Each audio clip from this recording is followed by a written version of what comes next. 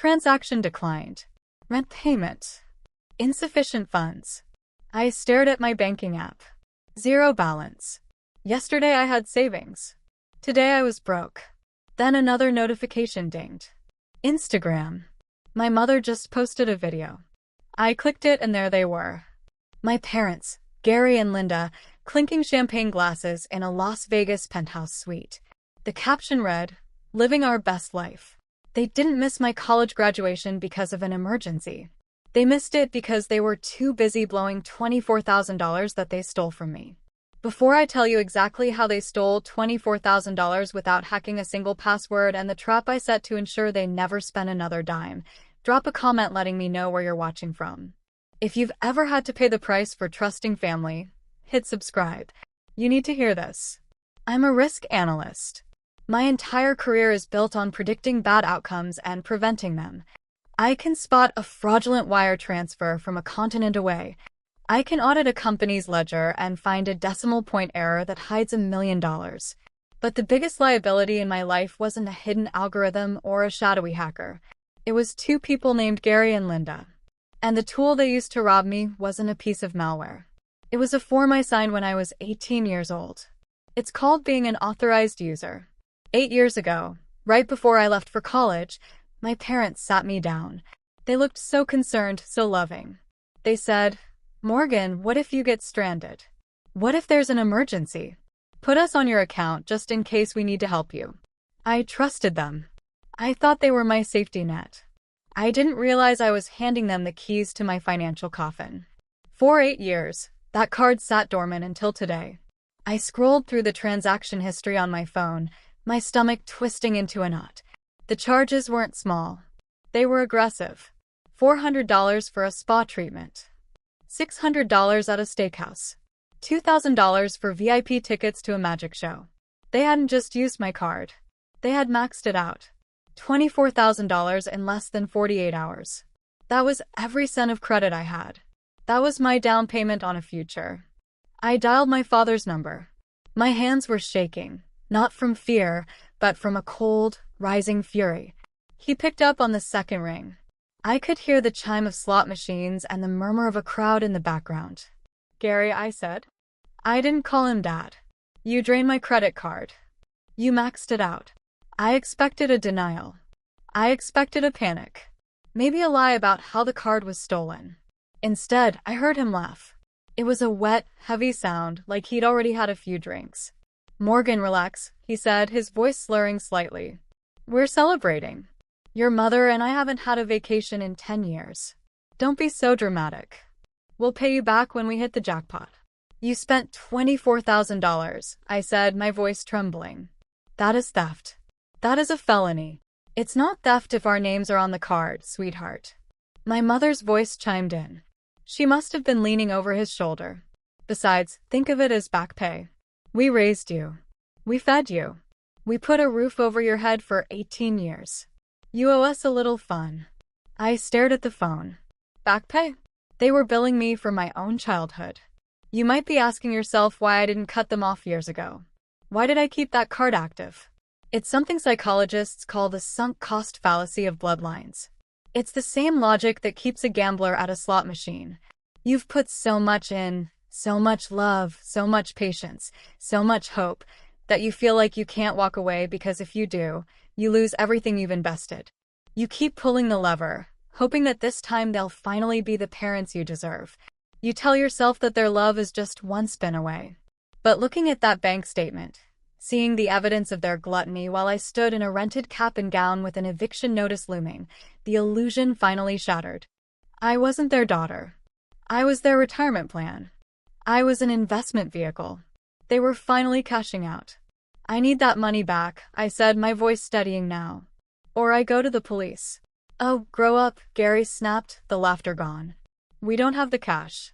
We're illiquid right now. But we have a solution. Stop crying about your credit score and listen. We have a way to fix this. But you're going to have to do exactly what we say." "What solution?" I asked. The air in the room felt thin, like all the oxygen had been sucked out. "Your grandmother," Gary said. "She's sitting on a pile of cash in that trust fund. Millions, Morgan. And she's barely lucid half the time. It's just sitting there waiting for the state to take it when she kicks the bucket. Grandma is in hospice, I said, my voice ice cold. She is dying.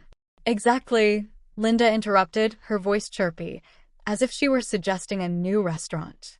She won't need it much longer. But here's the problem. She's stubborn. She won't release a dime to us. She thinks we're irresponsible. Can you believe that? But she loves you, Morgan. You're the golden grandchild. The one who went to college, the one with the shiny corporate job. Get to the point, I said. The point is, Gary said, his tone sharpening, she'll listen to you. We need you to go see her. Cry a little. Tell her you found a house, a nice starter home with a white picket fence, but you're short on the down payment. Tell her you need $50,000. She'll write the check to you. You cash it, transfer the money to us, and we pay off your credit card. We keep the rest as a finder's fee. Everyone wins. I felt bile rise in my throat. They weren't just thieves. They were vultures circling a dying woman. They wanted me to look my grandmother in the eye, the woman who had slipped me $20 bills for books when my parents claimed they were broke, and lied to her on her deathbed. No, I said. I am not defrauding a dying woman to fund your gambling habit. You find another way to pay me back. There is no other way, Gary shouted, the facade cracking. We don't have the money, Morgan. It's gone. The casinos, the hotel, the dinners. It's spent. We are tapped out. Then sell the car, I shot back. Sell the boat you haven't used in 3 years. I don't care. Fix it. You're not listening, he said, his voice dropping to a low, menacing register.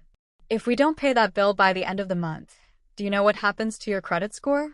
It tanks. It drops like a stone. And what happens to a senior risk analyst with a delinquency on her record? What happens when your firm runs its annual background check and sees you can't even manage your own debt? I froze. He knew. He knew exactly how my industry worked. In the world of high finance risk assessment, personal financial liability is a fireable offense. If I look like a credit risk, I was a security risk. You lose your job, Linda said softly. You lose your apartment. You lose that fancy new life you think you're so much better than. Unless you help us. It wasn't a request. It was a hostage negotiation. They were holding my entire career at gunpoint. Fingers on the trigger, smiling like they were doing me a favor. So that's the deal? I asked, my voice devoid of emotion. I help you rob Grandma or you ruin my life. We're helping you save your life, Gary corrected. Think about it. We'll be in Chicago on Sunday. We can have a nice family dinner. Go over the details and make sure you get your story straight before you see her. Don't be stupid, Morgan. Family helps family. The line went dead.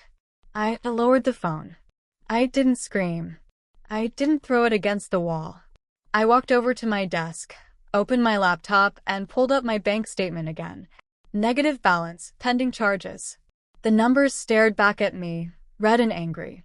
They thought they had me cornered. They thought I was the scared 18-year-old girl who just wanted their approval. They forgot what I do for a living. I assess threats. I calculate exposure. And when I find a liability that cannot be mitigated, I eliminate it. I wasn't going to let them ruin me. And I wasn't going to let them touch my grandmother. I picked up my phone and dialed a number I hadn't used in years. It rang once, twice, 3 times. Lawyer Sterling. A gruff voice answered. Mr. Sterling, I said. This is Morgan. We need to talk about my parents, and we need to talk about my grandmother's trust. I called Gary back 10 minutes later. My voice wasn't shaking anymore. It was flat, hollowed out, the voice of a daughter who had finally been broken. Fine, I said. I'll do it, but I'm not going in blind. We need to meet for dinner. I need to know exactly what to say to her. Word for word. If I mess this up, we all lose. That's my girl, Gary purred. The smugness in his voice made my skin crawl. I knew you'd come to your senses. We'll be in Chicago on Sunday. I booked a private room at the Vault. Steak and wine. We'll celebrate our future. He thought he had won. He thought he had bullied me into submission. He didn't realize he had just scheduled his own arraignment. I hung up and drove straight to Mr. Sterling's office. Sterling wasn't a fancy corporate lawyer with a glass office. He was an estate attorney who worked out of a brownstone that smelled like old paper and pipe tobacco. He had managed my grandmother's affairs for 30 years.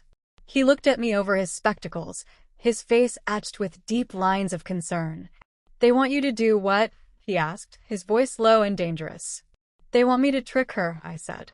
"They want me to tell her I'm buying a house, so she'll sign a disbursement check. They're going to take the money to pay off their debts and keep the rest, and they threaten to destroy my career if I don't help them." Sterling stood up and walked to the window. When he turned back, he wasn't looking at me like a lawyer. He was looking at me like a prosecutor.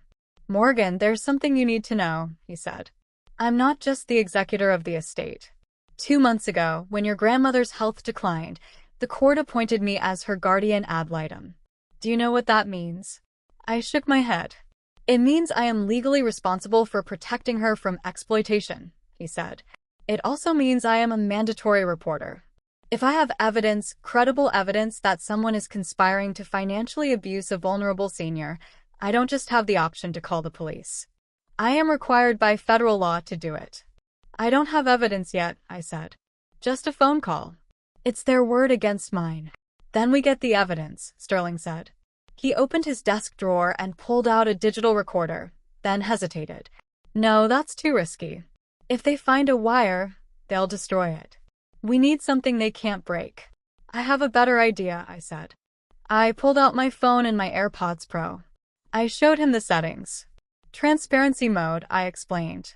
"It uses the microphones on the outside of the earbuds to amplify the sound in the room so the wearer can hear, but it also transmits that audio back to the phone. If I'm on a call, the person on the other end hears everything in the room as clearly as I do." "And the recording?" Sterling asked. "I won't record it on the phone," I said. "I'll set up a live stream to a secure cloud server.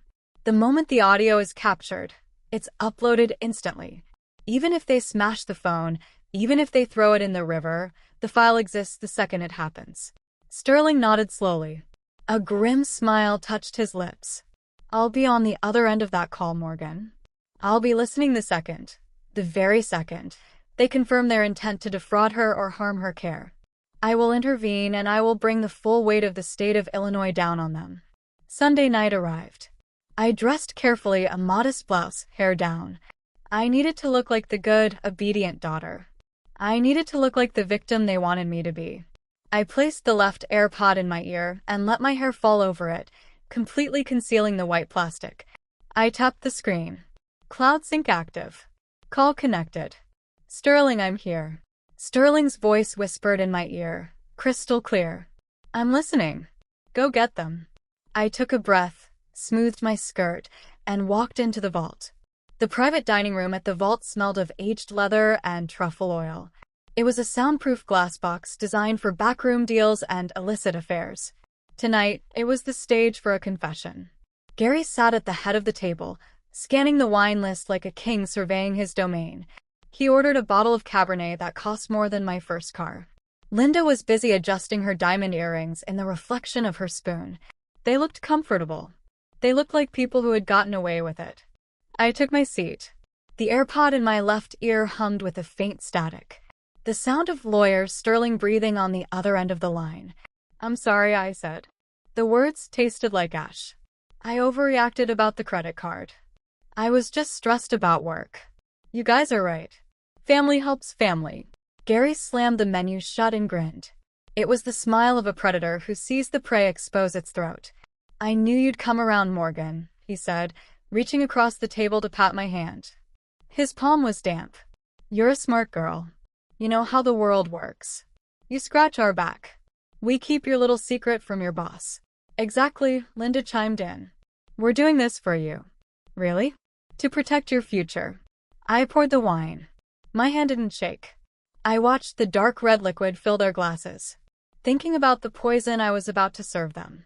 There is a specific kind of agony in feigning submission to the people who abuse you.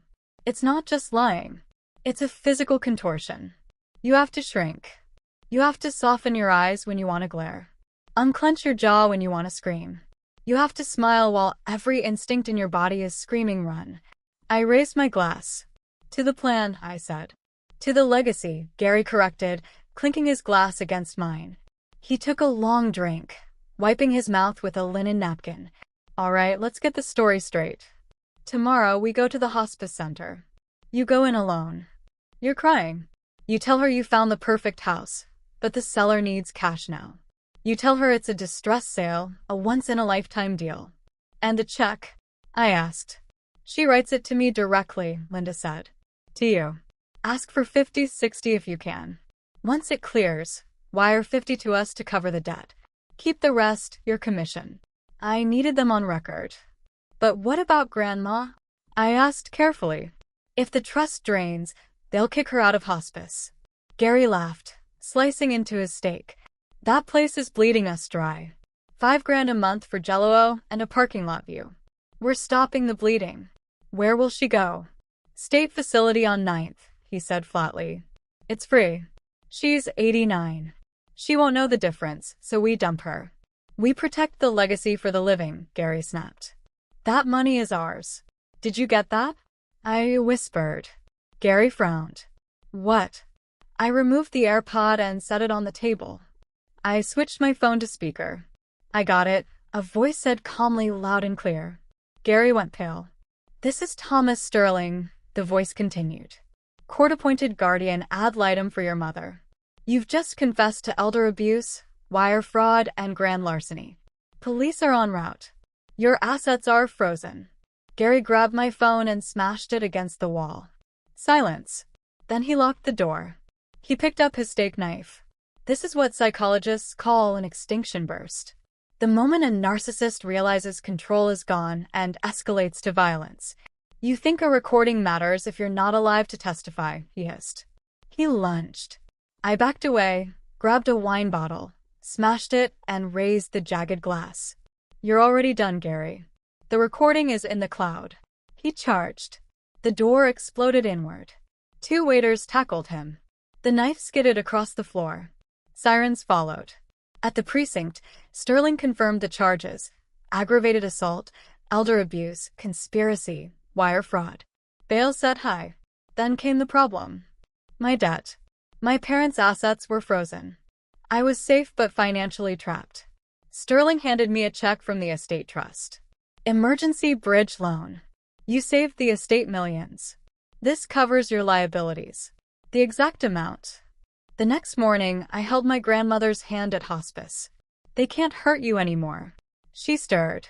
Later, I paid off the card and removed 2 names from my account: Gary Moore, Linda Moore. No hesitation. Cutting off toxic family isn't cruelty. It's self-defense. If you're holding on because of blood alone, this is your sign to let go.